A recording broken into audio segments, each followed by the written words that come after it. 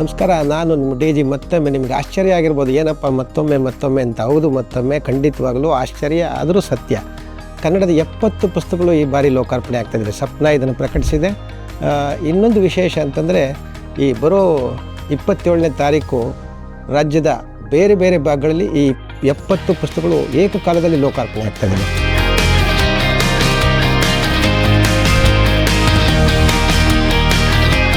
ಈ ಎಲ್ಲ ಪುಸ್ತಕಗಳು ಲೋಕಾರ್ಪಣೆ ಆಗ್ತಾ ಇರೋದು ನಿಮಗೋಸ್ಕರ ಅಂತ ಹೇಳಲಿಕ್ಕೆ ಇಷ್ಟ ಆಗ್ತದೆ. ದಯಮಾಡಿ 27ನೇ ತಾರೀಕು ಗಾಂಧಿ ಭವನದಲ್ಲಿ ನಾವೆಲ್ಲರೂ ಸಿಗೋಣ. ಬನ್ನಿ, ಈ ಪುಸ್ತಕ ಸಾಮ್ರಾಜ್ಯವನ್ನು ಮತ್ತೊಮ್ಮೆ ನೀವೆಲ್ಲರೂ ನೋಡಬೇಕು.